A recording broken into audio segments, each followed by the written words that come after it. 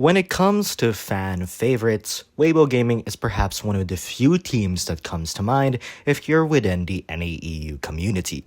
It's a team mixed with old and new faces, and really brings a fresh style to many other China mainland teams. However, Weibo Gaming has been long cursed with being unable to have relatively high placements after IVL 2020, and the curse seems to continue this KOA 8. In the quarterfinals match against Axis Wave, Weibo Gaming faced an almost impossible task. They needed to force escape to move on to the semis. Unfortunately, there were way too many problems that made the task all the more unlikely. Heading into round 3, Axis Wave had the map pick and also had access to characters such as Ivy, Opera Singer, and Anne after Kakari surprised the team with a Soul Weaver pick, which ended up with H3K. Weibo Gaming knew what they needed to do, and they constructed a game plan to do just that. Weibo Gaming first banned Hullabaloo and Opera Singer, which meant that Ivy and Anne were out for Kakari to grab. They followed it up with a First Officer and Prospector pick. Prospector was a pick clearly meant to scare off an Anne pick, but Prospector has also seen niche uses during the early days where Ivy was the BO1 meta. Coordinator was selected next with her gun, being a game changer in late game, while Antiquarian was selected last. This team composition was interesting for a couple of reasons. It's clear that the team composition lacks decoding and went all out on supporting and harassing with Prospector, Antiquarian, and even Coordinator. At this point, Kakari could have considered Excitement Anne. In the end, all he needed was a single kill. Instead, he opted for a more risky choice of Ivy. Ivy is still a good pick because she can stall late game and waste more and more resources. However, Kakari has to tread carefully as one late game mistake can basically cost the match. The game starts, and already, Weibo Gaming is at a bit of disadvantage as Persica takes an early hit, with Blink and Flywheel still not available. However, Persica rebounds back. She first rotates to Red Carpet, uses her last remaining stick to stun the Hunter and force out 100 Suspicion. Then a lucky miss blink allows Persica to play a pallet mind game where she wins big after a pallet stun. By the time she gets downed, 2 ciphers remained, and they had decent progress. This is Ivy we're talking about though, and Kakari starts hard pressuring the ciphers.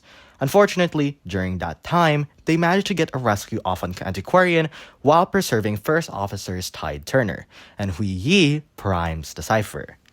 However, instead of popping, Weibo plays the long game. They reset their health, especially since Prospector didn't have borrowed time to heal back up to full health. This was relevant during the late game where it was likely Weibo tried to stall the tension out. Antiquarian stalks up on chests and finds an elbow pad, which could be enough to get distance away from Ivy if she dares chases her. Kakari finally locks in on Antiquarian, and after Antiquarian resets her suspicion and goes down, the pop finally happened. Endgame was here, and Weibo Gaming was gonna push for that 4 escape as much as possible. Unfortunately, Persica goes down. This is fine though. They have a ton of resources to work with. First Officer had a watch, Coordinator had a gun, Prospector had 3 magnets. There's just one problem. They forgot about basement. First Officer goes for the rescue, but messes up and gets down before he can even get to the basement. Coordinator and Prospector attempts to salvage the situation, but at this point, there was no hope. It was basement party, and Kakari was enjoying every moment of it. Despite the tons of resources they have, they could not avoid the chaos that ensued. And eventually, Kakari ends the game with a 4-kill to move on to the semifinals. So the question everyone asks is, where did Weibo Gaming go wrong? Was it Antiquarian being near the basement? Was it First Officer failing rescue? Was it Coordinator basically not using a gun like ever? What if I told you the mistake was this? A single frame where Persica peeks behind her and gains 2 suspicion. Now, you may be wondering, how is that an issue? Well, here's why. You see, Ivy's Ostracon, or rock thingy, has a 9-meter radius that gives survivors 9 suspicion per second. A typical survivor would run at a speed of 3.8 meters per second, but since Antiquarian ran borrowed time, she also brought the Persona Web Escape, which increases the movement speed of a survivor by 5%. At this point, she would have a speed of 3.99 meters per second. If we calculate the time it would take for a survivor with that speed to leave the Ostracon's radius, it would be approximately 2.26 seconds.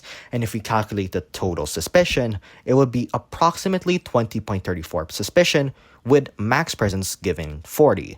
Wait, but that means you couldn't have done anything, right? That's where Flywheel comes in. Flywheel can cover a distance of 3.5 meters in 0.4 seconds, which means, after calibrating it with a movement speed, Antiquarian could leave the Ostracon radius with 16.02 suspicion and an additional 40 after max presence. But that means that even though she looked back once, she would still be 2 suspicion away from 100 after skill use. Which leads to this mistake. Her not going straight ahead gave additional suspicion that put her on the 60 threshold, enough for Ivy's scare to do the trick. So what could she have done instead? Honestly, I can't tell you much. From my perspective, her best bet was likely going straight ahead and elbow padding to the dungeon. That way, not only would she have avoided the gate, where Ivy could then leech to one of the other survivors to block it, but also give Ivy no way to catch up in time. But perhaps she was too scared over the fact that Ivy had blink, or even an Ivy scare that could have been used to stop her elbow pad. Or perhaps the team was anticipating a down and would be ready to rescue once it happens, using the elbow pad to get out of the gate in time before Tide Turner runs out. Either way, WEIBO Gaming missed their chance on a semi-finals run, while Axis Wave would go on to take third place this KOA. I'll be very honest, prior to the start of this KOA's group stages, I genuinely thought WEIBO Gaming wasn't going to make it to the playoffs. Them qualifying last year in the regional qualifiers was a glaring sign, especially when it felt like their survivors were performing at an all-time low. Instead, they were inches away from making it to top 4, and after this KOA, I really grew to love and enjoy watching WEIBO Gaming. This video really culminated WEIBO Gaming's KOA run. WEIBO may not be the best team, but they are a joy to watch, and perhaps next year, we'll truly see this team claw their way to the top.